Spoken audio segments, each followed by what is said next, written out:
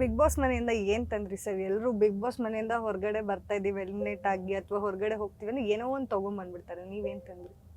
ಜನಗಳ ಪ್ರೀತಿ. ನಾನೆಲ್ಲೋ ಮಗ್ಗೋ ಏನಾದ್ರೂ ಹೇಳ್ತೀರಾ ಅಂದ್ರೆ, ಬಟ್ ಆದ್ರೂ ಆಕ್ಚುಲಿ ಕರೆಕ್ಟು ಸರ್. ತುಂಬಾ ಜನಕ್ಕೆ ಹತ್ರ ಆಗಿದ್ದೀರಾ ನೀವು.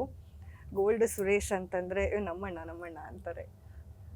ಏನಿಲ್ಲ ಮೇಡಮ್, ಜೀವನದಲ್ಲಿ ಏನೋ ಒಂದು ಹೇಗಿದೆ ಅಂದರೆ ಜೀವನ ಹುಟ್ಟುತ್ತಾ ಹೆಸರು ತೊಗೊಂಡು ಬರಲ್ಲ, ಸಾಯ್ತಾ ಹೆಸರು ತೊಗೊಂಡು ಹೋಗ್ತೀವಿ. ಅದೊಂದು ಶಾಶ್ವತ ಆಗಿರುವಂಥದ್ದು ಯಾವತ್ತೂ ಕೂಡ. ಜನ ನಾವು ಏನು ಮಾಡಿದ್ದೀವಿ ಅನ್ನೋದನ್ನು ಮಾತ್ರ ನೆನ್ಪಿಟ್ಕೋತಾರೆ. ನಾವೇನು ಮಾಡಿಲ್ಲ ಅಂದರೆ ಯಾರೂ ಏನು ನಮ್ಮ ನೆನ್ಪಿಟ್ಕೊಳ್ಳಲ್ಲ. ನಾನು ಎಲ್ಲರೂ ಮಾತಾಡೋರ್ಗೆ ಒಂದೇ ಮಾತು ಹೇಳ್ತೀನಿ, ಸುಳ್ಳು ಸುದ್ದಿ ಹಬ್ಸೋರ್ಗೆ ಒಂದೇ ಮಾತು ಹೇಳ್ತೀನಿ, ಸತ್ಯ ಯಾವುದು ಸುಳ್ಳು ಯಾವುದು ಅಂತ ಮೊದಲು ತಿಳ್ಕೊಳ್ಳಿ, ಆಮೇಲೆ ನೀವು ಹೇಳಿ. ಯಾವುದೂ ಅದು ತೊಂದರೆ ಇಲ್ಲ. ನಾನೊಬ್ಬ ಬಿಸ್ನೆಸ್ ಮ್ಯಾನ್, ನನಗೆ ಆದಂಥ 1000 ಬಿಸ್ನೆಸ್ಗಳಿರ್ತದೆ, ನನಗೆ ಆದಂಥ 1000 ಪ್ರಾಬ್ಲಮ್ಗಳಿರ್ತದೆ.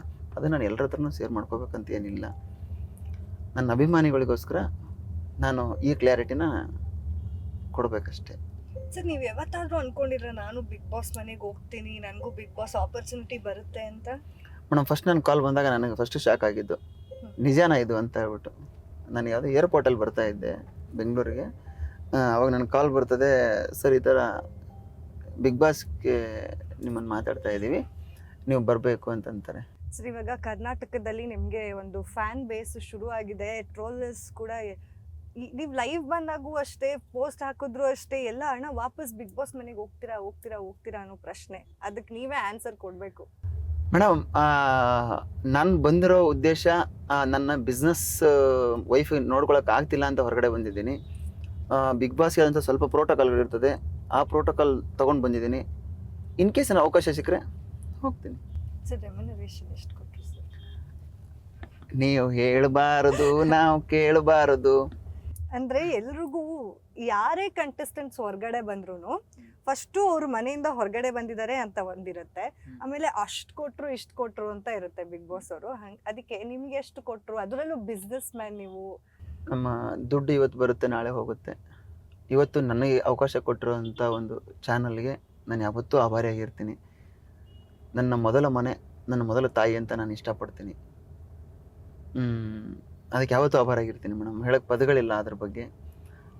ಅಲ್ಲಿರುವಂತಹ ಇಡೀ ಟೀಮ್ಗೆ ಹ್ಯಾಟ್ಸ್ ಆಫ್ ಹೇಳ್ತೀನಿ.